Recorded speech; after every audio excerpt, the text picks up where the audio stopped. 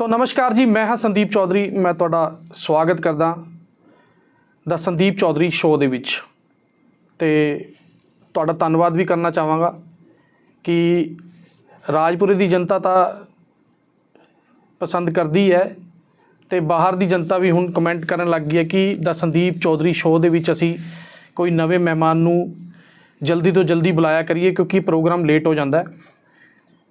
ਤੇ ਅਸੀਂ ਵੀ ਸੋਚਦੇ ਹਾਂ ਕਿ ਕੋਈ ਇਹੋ ਜਿਹਾ ਸ਼ਖਸ ਬੁਲਾਇਆ ਜਾਵੇ ਜਿਸ ਨੂੰ ਦੇਖ ਕੇ ਤੁਹਾਡੇ ਬੱਚੇ ਵੀ ਕੁਝ ਸਿੱਖ ਸਕਣ।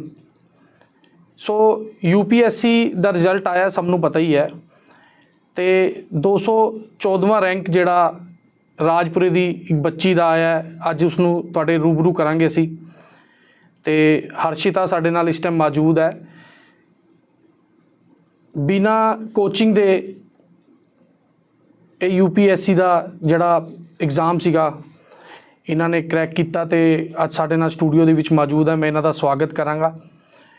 ਹਰਸ਼ਿਤਾ, ਮੈਂ ਤੁਹਾਡਾ ਸਵਾਗਤ ਕਰਦਾ ਤੇ ਤੁਹਾਨੂੰ ਬਹੁਤ ਬਹੁਤ ਮੁਬਾਰਕਾਂ ਵੀ ਦਿੰਦਾ। Thank you so much. ਮੈਨੂੰ ਪਤਾ ਲੱਗਿਆ ਕਿ ਹਰਸ਼ਿਤਾ ਜਿਹੜਾ ਹੈ ਪੰਜਾਬੀ 'ਚ ਥੋੜ੍ਹਾ ਜਿਹਾ ਵੀਕ ਹੈ ਤੇ ਆਪਾਂ ਹਿੰਦੀ 'ਚ ਗੱਲ ਕਰੀਏ ਤਾਂ ਸਾਡੇ ਸਰੋਤੇ ਆ ਜਿਹੜੇ ਉਹ ਸਾਰੀ ਗੱਲ ਸਮਝ ਪਾਣਗੇ। सो हर्षिता राजपुरा की रहने वाली है, तो आज हम इनके साथ हिंदी में बात करेंगे। तो हर्षिता, कैसा रहा सफ़र UPSC का? क्योंकि पीछे एक फ़िल्म आई थी 12वीं फेल था नाम उसका, 12वीं या 12th फेल पिक्चर आई थी। तो उससे हमें पता लगा था UPSC है क्या। शायद हमें ही नहीं, सबको ही उस पिक्चर के बाद नॉलेज हुई थी कि कितना मुश्किल है ये एग्ज़ाम। कैसे रहा सफ़र, थोड़ा सा बताइए।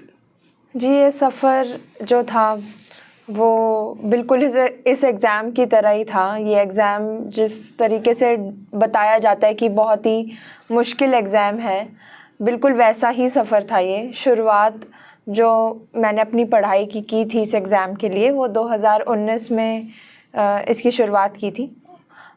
उस एग्ज़ाम के लिए मैंने 3 अटेम्प्ट दिए थे, ये मेरा तीसरा अटेम्प्ट था जिसमें मुझे जो सक्सेस मिली है। लेकिन शुरुआत के जो 2 अटेम्प्ट थे उसमें मैं अपना प्रीलिम्स भी क्लियर नहीं कर पाई थी। उसी से मैं ये कहना चाहती हूँ कि ये सफ़र बहुत मुश्किल था। शुरुआत में लगातार जो ये असफलता मिली थी उसने मुझे बहुत ज़्यादा डीमोटिवेट कर दिया था। इस हद तक डीमोटिवेट कर दिया था कि मैं ये सोचने लग गई थी कि क्या ये मेरे से हो भी पाएगा कि नहीं हो पाएगा। लेकिन वही है ना, 12th फेल जैसे आपने ज़िक्र किया, वो 12th फेल में भी जो मनोज कुमार शर्मा थे IPS जो बने, उनका सफ़र जो देखा था उसने सबको वैसे ही मोटिवेट किया था, मुझे भी मोटिवेट किया था इसी हिसाब से कि हमें हार नहीं माननी चाहिए कभी भी। शुरुआती 2 अटेम्प्ट नहीं हुए, कोई बात नहीं, तीसरे अटेम्प्ट में फिर से करेंगे। तो लगातार जो है काम करते जाओ, क्योंकि वही मेरा सपना रहा है। इसलिए मैंने फिर वापस से इस प्रिपरेशन में जो है अपना पूरा का पूरा ध्यान लगाया। मैं पूरी तरीके से उसमें जुट गई और अपनी तैयारी को फिर से स्ट्रैटेजाइज़ करके उस पर काम किया। तो आज मुझे जो 3rd अटेम्प्ट में ऑल इंडिया रैंक 214 मिली है, and that is the journey. जो आपके केस में हमें पता लगा कि आपने कोचिंग नहीं ली जी, कैसे आपने सोचा भी कोचिंग के बगैर मैं ये कर पाऊँगी? क्योंकि ज़्यादातर माँ बाप जो होते हैं, चाहे उनकी जेब अलाउ करे या ना करे, लेकिन वो कोशिश करते हैं कि बच्चे को अच्छी कोचिंग दी जाए जी, ताकि हमारा बच्चा जो है ये क्रैक कर सके। तो कोचिंग नहीं ली आपने, फिर भी कैसे सोच लिया अभी इतना बड़ा एग्ज़ाम जो है, क्योंकि कंपटीशन बहुत ज़्यादा होता है। बच्चे अच्छे अच्छे इंस्टीट्यूट से कोचिंग ले रहे होते हैं, जैसा कि हम भी देखते हैं YouTube पे भी सब चलता है, अभी कोचिंग लो। तो मतलब कैसे आपने सोचा कि कोचिंग के बगैर मैं ये सब कर पाऊँगी? शुरू में मेरे पापा ने मुझे ये कहा था कि मैं कोचिंग लूँ, क्योंकि मेरा साइंस बैकग्राउंड है। ह्यूमैनिटीज़ के पेपर होते हैं, ह्यूमैनिटीज़ के सब्जेक्ट होते हैं, मैंने बिल्कुल भी नहीं पढ़े थे। इकोनॉमिक्स मैंने बिल्कुल नहीं पढ़ा था। तो पापा ने ये कहा था, पर मजबूरी इस हिसाब से हो गई कि कोरोना का फेज़ आ गया और सब कुछ बंद हो गया था उस समय। अब कोरोना 2 साल तक चला, पर मैं 2 साल तक रुक नहीं सकती थी, तो मैंने सेल्फ स्टडी ही करी। फिर उस हिसाब से मैंने जो है घर पर ही रहकर पढ़ाई करी, क्योंकि मैं नहीं रुक सकती थी। अनप्रिडिक्टेबिलिटी इस एग्ज़ाम में रहती ही है, तो अनप्रिडिक्टेबिलिटी की वजह से हमेशा ये लगता था कि क्या हम ये कर पाएंगे या नहीं कर पाएंगे। पर जो है आपको खुद पर यकीन रखना चाहिए हमेशा, कि आपकी जो मेहनत है वो किसी ना किसी दिन रंग लाएगी।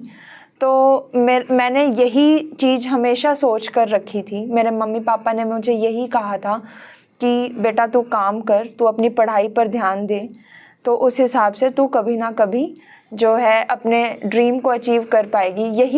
यही इकलौता थॉट मेरे माइंड में हमेशा रहता था। अगर हर्षिता फैमिली की बात करें जी, तो फैमिली में कौन कौन है? मेरी फैमिली में मम्मी पापा और मेरा छोटा भाई है। उसके अलावा मेरी जॉइंट फैमिली है, हम सब राजपुरा में ही रहते हैं, तो जॉइंट फैमिली का सपोर्ट रहता है। चाचा जी हैं, ताऊ जी हैं, बड़े पापा हैं और भैया दीदी सब हैं। तो वो सब जानते थे कि मैं प्रिपरेशन कर रही हूँ और वो मुझे डिस्टर्ब नहीं करते थे मेरी पढ़ाई में, पर कहीं ना कहीं ये बात समझते थे कि हर्षिता पढ़ाई कर रही है, तो पीछे से हमेशा सपोर्ट देते थे कि ठीक है, हमेशा काम कर रही है। फेस्टिवल्स पर जब भी हम मिलते थे, दिवाली पर, होली पर, तो हमेशा मुझे मोरल सपोर्ट देते थे। तो ये एक बहुत ही बूस्टिंग एक सपोर्ट रहा है मेरी 5 साल की जर्नी में। फादर क्या करते हैं आपके? मेरे पापा प्राइवेट जॉब करते हैं नोएडा में, जेपी इंफ्राटेक लिमिटेड में। तो अगर मैं बात करूं, आपने कोरोना का जिक्र किया जी तो आप तो इतने बड़े आज एग्ज़ाम में क्लियर हो चुकी हो, जी ठीक है ना, आने वाला तो भविष्य आपका बहुत बढ़िया नज़र आ रहा है। तो कई लोगों को कोरोना ने बहुत परेशान किया, जी। कईयों के घर उजड़ गए, कईयों, मैं क्या कहूँ, आपके लिए कोरोना ठीक रहा, कोचिंग के बगैर आप यूपीएससी क्लियर कर गए। अगर मैं इसको कहूँ भी शायद कोरोना करके कर गए आप। देखिए, कोरोना बीमारी जो थी उसने पॉजिटिव, आप एक अप्रोच से ये बात कह सकते हो कि उसने मुझे एक तरीके का ये सेल्फ बिलीफ दिलवाया कि कोचिंग नहीं तो खुद से करिए। लेकिन कोरोना अपने आप में एक बीमारी थी, बहुत लोग उसमें मरे। ये कह सकते हैं कि उसने एक तरीके का स्ट्रेंथ दे दिया था। ऐसा होता है ना कि डू और डाई वाली सिचुएशन थी मेरे साथ, कि करो या मरो। अब करना था, अनप्रिडिक्टेबिलिटी थी, कब तक कोरोना चल रहा है, कोई वैक्सीन नहीं आई थी, सब कुछ बंद था, तो मैं रुक नहीं सकती थी। तो उसने मुझे एक तरीके का एक मेंटल एक्सेप्टेंस दे दी थी कि अब मुझे खुद से ही करना पड़ेगा, क्योंकि इसमें कुछ नहीं पता चल रहा। और जो एज जाती है, वक्त जाता है, सोशल प्रेशर आ रहा था, फैमिली पर भी आ रहा था, और फाइनेंशियल जो कंडीशन है फैमिली की, वो भी इतने सपोर्ट में नहीं थी कि मैं जो है अपने ज़िंदगी के इतने साल जो है उस पर लगा पाऊँ। तो ये जो सोशल प्रेशर हर दिन मुझे झेलना पड़ रहा था, तो ये इतना आसान नहीं था। पर वही है ना, रात को जब मैं अपनी पढ़ाई ख़त्म करके ये सोचती थी कि अब अगले दिन क्या, तो एक चीज़ हमेशा खुद को कहती थी कि मुझे जो है खुद पर यकीन रखना है, और वो यकीन ही है जो आज ये पॉजिटिव रिज़ल्ट आया है मेरा। जी हर्षिता, मेरे को कुछ ये जो जर्नी रही है आपकी यूपीएससी की, है ना, मुझे कुछ ऐसा कुछ पल आपके दिमाग में आया हो भी, कभी नेगेटिव थॉट दिमाग में आया हो भी, यार शायद मेरे से नहीं हो पाएगा ये मैं इसलिए पूछ रहा हूँ कि कुछ बच्चे ऐसे होते हैं जो अपनी जर्नी बीच में से छोड़ जाते हैं, या उनको माँ बाप की सपोर्ट नहीं मिलती, या वो थक जाते हैं इस चीज़ को लेके भी, क्या बनेगा मेरा। जी। तो कभी ऐसा कुछ दिमाग में आया हो भी, नहीं यार मैं नहीं कर पाऊँगी, ये कुछ और करती हूँ? ऐसा नहीं आया कि अब नहीं हो रहा है, मैं आपसे झूठ नहीं बोलूँगी, हर दिन ये थॉट ज़रूर आता है कि ये कितना मुश्किल है, ये कब ख़त्म होगा। ये हमेशा एक क्वेश्चन मार्क माइंड में रहता था। बट ऐसा कभी नहीं हुआ कि अब नहीं करना या मैं कुछ और सोच लूँ, क्योंकि आप जब इस हिसाब से सोचने लगते हो तो वो जो एक पैशन वाली बात है इस एग्ज़ाम के लिए, वो कहीं ना कहीं ख़त्म होने लग जाती है, क्योंकि डिस्ट्रैक्शन होते हैं। बच्चे क्या करते हैं कि उनके पास और जॉब्स होती हैं, वो जॉब में चले जाते हैं, कमाने लग जाते हैं, तो वो जो एक पैशन चाहिए होता है इस एग्ज़ाम के लिए, वो कहीं ना कहीं उनसे छूटने लग जाता है। डिस्ट्रैक्शंस बहुत रहती हैं इस एग्ज़ाम में, तो बच्चे उनसे डिस्ट्रैक्ट काफ़ी ज़्यादा हो जाते हैं। एक पल मुझे याद आ रहा है, जब मेरा दूसरा अटेम्प्ट में प्रीलिम्स नहीं हुआ था तो मैं बहुत ज़्यादा टूट गई थी। मैं पूरी रात रोती रह गई थी, मुझे नहीं समझ में आ रहा था कि अब क्या करूं, क्योंकि जो शुरुआत की प्रीलिम्स की स्टेज है वो मुझसे नहीं हो रही थी। तो उसमें उसने मुझे तोड़ दिया था। पर यही है कि मैंने 2 दिन लगाए, सोचा कि कहाँ गलती हो रही है, क्योंकि मुझे लगता है कि फेलियर आपको बताता है कि आप कहाँ गलत हो। तो पॉजिटिव अप्रोच लेनी चाहिए इसमें। जैसे कुछ बच्चे हैं जो ये माइंड में आता है उनके कि नहीं हो रहा है अब तो छोड़ दें, तो मुझे लगता है कि आप जो फेलियर है ना उससे सीखो कि आपसे कुछ गलतियाँ हुई हैं, वो गलतियों से सीखोगे तो ही आप अपने आने वाले अटेम्प्ट्स में कुछ सही कर पाओगे। ये मेरा पर्सनल एक्सपीरियंस है, मैंने अपनी जो 2 गलतियाँ की थी प्रीलिम्स में उनसे ही सीखा है। जब मनोज कुमार जी की वो फिल्म आई है जी तो तब आपकी ये तैयारी चल रही थी, हाँ जी। टाइम मिला था फिल्म देखने के लिए आपको बीच में? मैं आपको ये बताती हूँ कि मेरे मेंस के बाद कभी वो मूवी आई थी, मुझे एग्जैक्टली नहीं याद है, बट मुझे बहुत लोगों ने रिकमेंड ज़रूर किया था कि आप वो मूवी देखिए। मूवी जो है छोटी है, प्लीज़ टाइम निकालिए और देखिए। उन्होंने इसलिए रिकमेंड की थी मुझे ये, क्योंकि उस मूवी में जो मोटिवेशन मिल रही थी उनको लगता था कि कहीं ना कहीं वो मोटिवेशन मुझे चाहिए। फेज़ जो इंटरव्यू का आने वाला था मेरा, उसके लिए वो मोटिवेशन मेरे लिए बहुत हेल्पफुल होगी, ऐसा उन्होंने सोचा था। तो उनकी रिकमेंडेशंस पर, यानी कि मेरी फैमिली के रिकमेंडेशंस पर, वो उसमें मैंने टाइम निकाला, वो मूवी देखी और उसने मुझे बहुत मोटिवेट किया। एंड मोटिवेट किया या थोड़ा डराया भी आपको उस मूवी ने? क्योंकि देखिए, हमें तो बहुत डर लगा वो मूवी देख के। भी इतनी स्ट्रगल होती है इस टेस्ट में। जो ये यूपीएससी पास करता है हम तो उसको सलूट करते हैं भी, वाकई उस बच्चे ने, क्योंकि हमें भी उस मूवी के बाद में पता लगा कि इतनी स्ट्रगल होती है इस टेस्ट में। जी डराया नहीं था, बस ये था उसमें कि वो सच्चाई बयान की है उसमें, कि आपके माइंड में ये एक्सेप्टेंस होनी चाहिए कि ये जिस एग्ज़ाम में आप बैठ रहे हो ये कैसा एग्ज़ाम है। आफ्टर ऑल वो सिविल सर्वेंट्स चुन रहे हैं जो इस देश को चलाते हैं। बिल्कुल। तो ये जो मैच्योरिटी चाहिए वो उस एग्ज़ाम के लिए रिक्वायर्ड है, तो डरना नहीं है। मेरा तो यही मानना है कि आपको बिल्कुल भी नहीं डरना चाहिए, क्योंकि एक सिविल सर्वेंट की यही अप्रोच होनी चाहिए, मैच्योरिटी, इंटेलेक्चुअल एक्सेप्टेंस होनी चाहिए हर चीज़ को लेकर। हर्षिता, मेरे को एक बात और बताइए आप। मेरी अभी थोड़ी देर पहले में आपसे बात हो रही थी कि जो इस पिक्चर में दिखाया गया है, जब वो कोचिंग सेंटर्स दिखाते हैं, हाँ जी, वो पूरी मार्केट ही, पूरी एरिया ही सारा ये होता है हाँ जी, कि जब बच्चे वहाँ पे जाते हो देख के हैरान हो जाते हैं कि इतना कंपटीशन है इस चीज़ का। तो क्या ये वाकई होती है? वहाँ गए हो आप, देखा है आपने कभी? जी जी जी, मैं गई हूँ वहाँ पर। वो फेमस है करोल बाग? Karol Bagh, old Rajinder Nagar and Mukherjee Nagar. ये जो जगहें हैं ये सिविल सर्विसेज की प्रिपरेशन के लिए बहुत फेमस हैं। आप वहाँ पर कदम रखेंगे तो आपको हर जगह पर कोचिंग जो इंस्टीट्यूट्स हैं उनके बोर्ड नज़र आएंगे।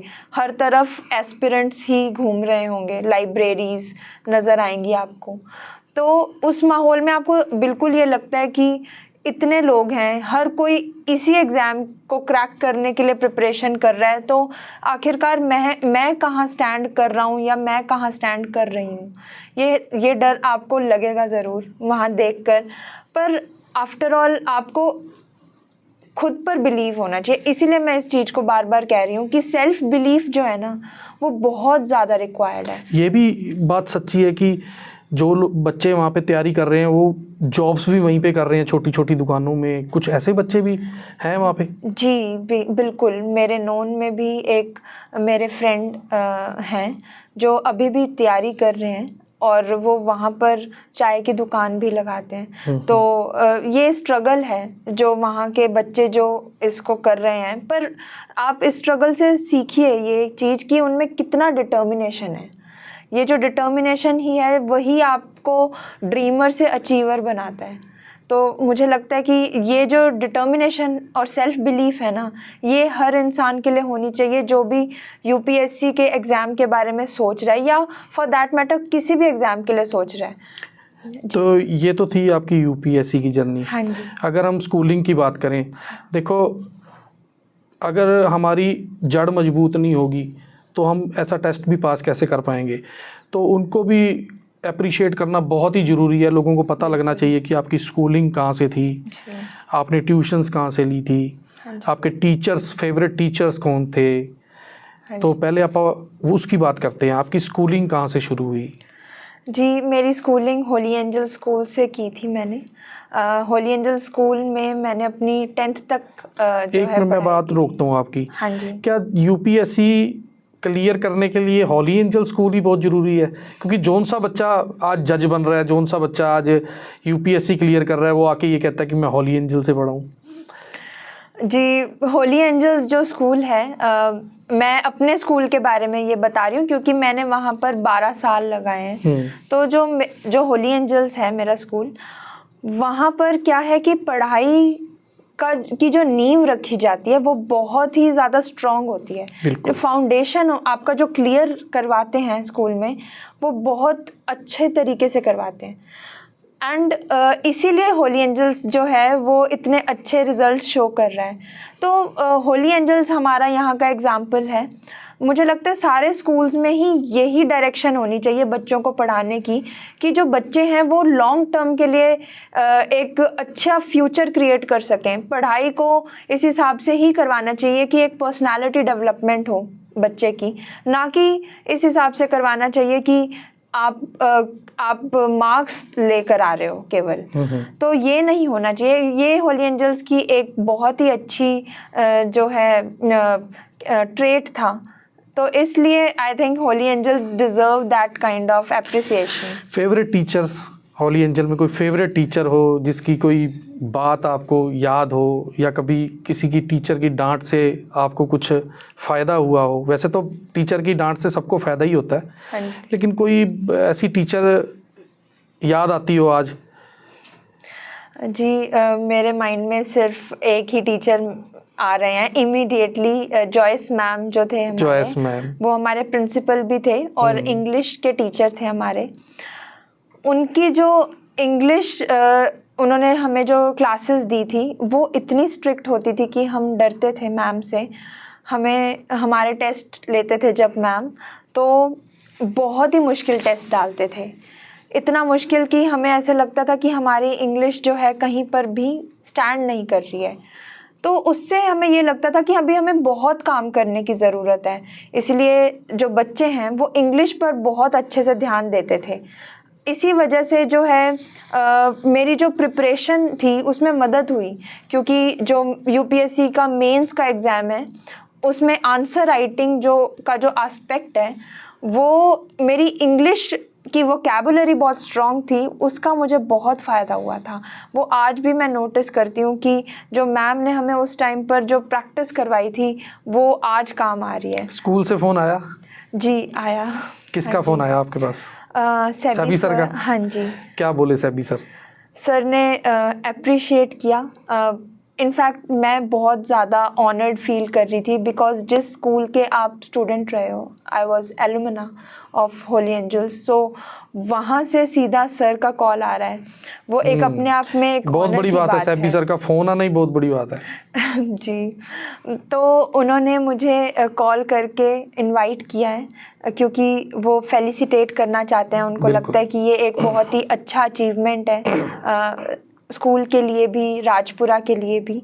सो वो स्कूल से कॉल आया था मेरे पास। चलो ये तो स्कूलिंग की बात थी। हाँ जी। आप दोबारा फैमिली पे आते हैं। जी ठीक है, और इस शो को समाप्त करेंगे इसके बाद। फैमिली में जब फैमिली की सपोर्ट होती है तभी बच्चा इतना आगे बढ़ सकता है। हाँ जी। और फैमिली में जैसे आपने बताया कि आपकी जॉइंट फैमिली है, लेकिन आप 2 बहन भाई हैं, जी। कभी बहन भाई में लड़ाई हुई हो आपस में, वो कभी पल याद आया? क्योंकि अब मैंने सुना कि आपका ब्रदर भी MBBS कर रही है ना। जी। तो देखिए, भाई बहन में लड़ाई तो होती ही रहती है, पर वो एक मीठी नोक-झोंक होती है। छोटा भाई है आपका? जी, छोटा भाई है मेरा, तो वो मुझे कुछ कह भी नहीं सकता ज़्यादा। तो तंग तो करते हैं छोटे भाई? छोटे भाई बिल्कुल तंग करते हैं, डिमांड करते हैं अलग-अलग चीज़ों की। मुझे उसके साथ जो है कॉम्प्रोमाइज़ करना पड़ता है। तो इसलिए मुझे लगता है कि ये सब रिक्वायर्ड है आपकी लाइफ में, एक तरीके का सपोर्ट ही है ये। वो मुझसे दूर रहता था क्योंकि वो अपनी MBBS कर रहा है अमृतसर से, तो मुझे कहीं ना कहीं हमेशा ये रहता था कि वो मेरे पास नहीं है। कॉल्स आते थे उसके, लेकिन जब वो आ जाता था मुझसे मिलने तो हमारी लड़ाई हो जाती थी। ठीक है, मतलब अक्सर भाई बहनों में नोक झोंक चलती रहती है। जी। तो मम्मी के बारे में बताइए कुछ आप। पापा के बारे में तो आपने बता दिया। मेरी मम्मी का नाम मीना शर्मा है। मेरी मम्मी होम मेकर हैं। जी, होम मेकर वो हैं और उन्होंने ही घर को संभाल रखा है। मेरे पापा जॉब में बिजी रहते हैं, भाई जो है अमृतसर में अपना MBBS कर रहा है, मैं अपनी पढ़ाई में बिजी रहती थी। जो घर का जो पूरा मैनेजमेंट है वो मेरे मम्मा ही देखते हैं, और उन्होंने इतने अच्छे से मैनेज करा इतने सालों से कि that's a commendable job. I mean एक सही तरीके से किसी चीज़ को मैनेज करना मैंने उन्हीं से ही सीखा है। अगर आपकी मम्मा यहाँ पे होते तो मैं उनसे पूछता भी, ये पढ़ाई के टाइम खाना खाती थी, ज़बरदस्ती खिलाते थे? क्योंकि हमने और इंटरव्यूज़ में पूछा भी है भी, ये खाना नहीं खाती थी, सारा दिन पढ़ाई की तरफ ध्यान देती थी, क्योंकि UPSC बहुत मुश्किल टेस्ट है। जी। तो वो कैसा था, अब आप ही बता दीजिए मेरे को। जी, मैं खाना खाती थी। मुझे लगता है कि आप अगर खाना नहीं टाइम टेबल जो बिगड़ जाता है, खाना तो हर एक कोई खाता है, मतलब टाइम टेबल जैसे बिगड़ जाता है ना, अभी पढ़ने दो मेरे को, मैंने पढ़ना है अभी, ऐसे कुछ भी मतलब टाइम टेबल ऊपर नीचे हो जाता था। बिल्कुल ये सही बात है। कभी मेरा जो टाइम था वो 8 बजे का होता था डिनर का, तो कभी कभी 11 भी बज जाते थे। तो उस हिसाब से मेरे मम्मा हमेशा मेरे लिए रहते थे वहाँ पर कि बेटा जब भी तेरा मन करे उस टाइम पे मुझे बता देना, मैं खाना बना दूँगी। तो ये अपने आप में एक सपोर्ट है। वो मुझे घर का काम बिल्कुल भी नहीं करने देते थे। वो कहते थे कि तू अपनी पढ़ाई कर, बाकी के काम मैं खुद करूँगी। तो ये अपने आप में ही सपोर्ट है। अब खाना बनाना आता है? जी, आता है मुझे। सारा खाना काम बनाना आता है?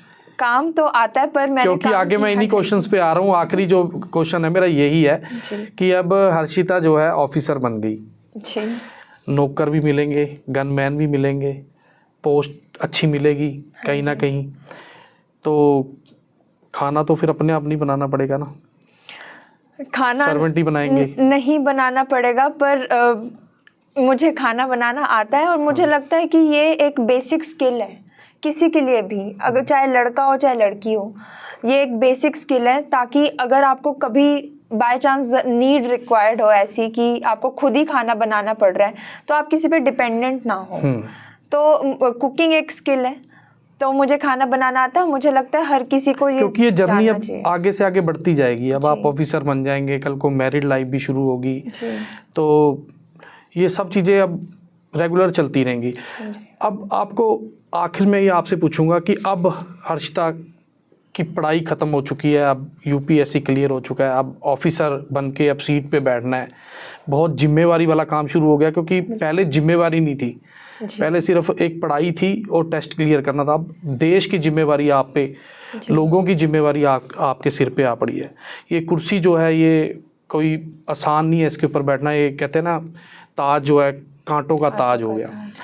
तो अब आप कैसा महसूस करते हैं कि आने वाले दिनों में अब आपकी ट्रेनिंग शुरू हो जाएगी, उसके बाद आपको कहीं ना कहीं आप बैठ जाओगे, कहीं सीट पे बैठोगे, कहीं अपना ओहदा संभाल लोगे, तो कैसी रहेगी? अब आप कैसे सोचते हो भी, मतलब कितना बढ़िया रहेगा आगे, या स्ट्रगल वाली लाइफ शुरू होगी? देखिए, अगर आपको डेवलपमेंट गवर्नेंस में काम करना है तो आप ये मान के चलिए कि आपको स्ट्रगल हर दिन फेस करना पड़ेगा, पर स्ट्रगल जो है वो तो गवर्नेंस का पार्ट है। इसमें एक मेरे रोल मॉडल हैं टीएन सेशन, वो जो थे उन्होंने इलेक्शन कमिश्नर जो रहे हैं, जी, उन्होंने जितना भी हमारे देश में इतने इश्यूज रहे हैं उस दौरान भी उन्होंने जो इलेक्टोरल रिफॉर्म्स लेकर आए, वो एक बहुत ही अच्छे एग्जाम्पल हैं किसी भी एक फ्यूचर सिविल सर्वेंट के लिए कि चाहे कितनी भी इश्यूज हों, आपको अपने काम पर रहना है, रिस्पॉन्सिबल रहना है, लॉ के अकॉर्डिंग काम करना है। तो मैं भी वही करूँगी। I will be responsible officer, working according to the law के हिसाब से काम करूँगी। कुछ मेरे स्पेसिफिक सेक्टर्स हैं जहाँ पर मैं पर्सनली जो है काम करना चाहती हूँ, जैसे कि है विमेन एम्पावरमेंट। मुझे लगता है कि वो बहुत ज़्यादा रिक्वायर्ड है हमारे कंट्री में। सेकंड है एजुकेशन का सेक्टर। एजुकेशन नींव होती है किसी भी सोसाइटी की। एक मैच्योर अच्छी सोसाइटी में अगर आपको कदम रखना है तो एजुकेशन बहुत स्ट्रॉन्ग होना चाहिए। तो ये मेरे स्पेसिफिकली 2 सेक्टर्स होंगे जहाँ पे मैं काम करना चाहती हूँ। जी, आखिर में जो बच्चे ये टेस्ट देना चाहते हैं या सोच रहे हैं या जिनकी कोचिंग चल रही है, उनको क्या संदेश देना चाहेंगे बच्चों को? मैं यही संदेश देना चाहूँगी कि ये एग्ज़ाम जो है कठिनाइयों से भरा हो सकता है, पर आपको जो है अपनी डिटर्मिनेशन जो है और अपना सेल्फ बिलीफ जो है उसको बहुत स्ट्रॉन्ग रखना है। आपको लगेगा कि नहीं हो पा रहा है तो भी आपको डरना नहीं है। और दूसरी चीज़ ये है कि ये बस एक एग्ज़ाम है। एग्ज़ाम को आप एक एग्ज़ाम की तरह ही लेना, इसको इस हिसाब से मत लेना कि ये एग्ज़ाम नहीं तो अब ज़िंदगी में और कुछ नहीं। हमारे देश में इतनी अपॉर्चुनिटीज़ हैं जिसकी कोई कमी नहीं है। आप में काबिलियत है तो आप ज़रूर आगे बढ़ोगे। तो पॉजिटिव रहना है हमेशा लाइफ में। हर्षिता, मैं आपका बहुत बहुत धन्यवाद करता हूँ। आप हमारे स्टूडियो में आए न्यूज़ 89 के, थैंक यू सो और मच। इतनी बातें करी आपके साथ, बहुत अच्छा लगा मेरे को, वो भी हिंदी में। Thank you so much. तो बहुत बहुत धन्यवाद आपकी फैमिली का भी, जो सारी Thank you. फैमिली के साथ आप मेरे स्टूडियो में आए हो, बहुत बहुत शुक्रिया। Thank you. ਸੋ ਇਹ ਸੀਗੀ ਹਰਸ਼ਿਤਾ, ਜਿਹਨੇ ਆਪਣੀ ਮਿਹਨਤ ਦੇ ਨਾਲ UPSC ਕਲੀਅਰ ਕੀਤਾ ਤੇ ਅੱਜ ਇਹ ਬਹੁਤ ਵੱਡੇ ਅਹੁਦੇ ਤੇ ਬੈਠਣ ਜਾ ਰਹੇ ਹਨ। ਥੋੜੇ ਦਿਨਾਂ ਦੇ ਵਿੱਚ ਇਹਨਾਂ ਦੀ ਟ੍ਰੇਨਿੰਗ ਸ਼ੁਰੂ ਹੋ ਜਾਏਗੀ ਤੇ ਅਸੀਂ ਵੀ ਇਹਨਾਂ ਨੂੰ ਬਹੁਤ ਬਹੁਤ ਮੁਬਾਰਕਾਂ ਦਿੱਤੀਆਂ ਕਿ ਇਹ ਦੇਸ਼ ਦੀ ਇਸ ਤਰ੍ਹਾਂ ਹੀ ਸੇਵਾ ਕਰਦੇ ਰਹਿਣ ਤੇ ਹੋਰ ਬੱਚਿਆਂ ਨੂੰ ਵੀ ਇਹਨਾਂ ਦੀ ਗੱਲਾਂ ਤੋਂ ਜਿਹੜੀ ਹੈ ਕਾਫੀ ਮੋਟੀਵੇਸ਼ਨ ਮਿਲੀ ਹੋਣੀ। ਤੇ ਤੁਹਾਨੂੰ ਇਹ ਪ੍ਰੋਗਰਾਮ ਕਿਸ ਤਰ੍ਹਾਂ ਦਾ ਲੱਗਦਾ ਦਾ ਸੰਦੀਪ ਚੌਧਰੀ ਸ਼ੋਅ, ਤੇ ਤੁਸੀਂ ਕਮੈਂਟ ਕਰਕੇ ਜ਼ਰੂਰ ਦੱਸਣਾ ਹੈ ਤੇ ਹੋਰ ਬੱਚਿਆਂ ਨੂੰ ਮੋਟੀਵੇਟ ਕਰਨ ਵਾਸਤੇ ਇਸ ਵੀਡੀਓ ਨੂੰ ਵੱਧ ਤੋਂ ਵੱਧ ਤੁਸੀਂ ਸ਼ੇਅਰ ਕਰਨਾ ਹੈ। ਤੇ ਅਸੀਂ ਮਿਲਾਂਗੇ ਇੱਕ ਨਵੇਂ ਮਹਿਮਾਨ ਦੇ ਨਾਲ, ਤੇ ਤੁਸੀਂ ਬਣੇ ਰਹੋ ਨਿਊਜ਼ 89 ਪੰਜਾਬ ਦੇ ਇਸ ਸ਼ੋਅ ਦਾ ਸੰਦੀਪ ਚੌਧਰੀ ਸ਼ੋਅ ਦੇ ਵਿੱਚ। ਧੰਨਵਾਦ ਜੀ।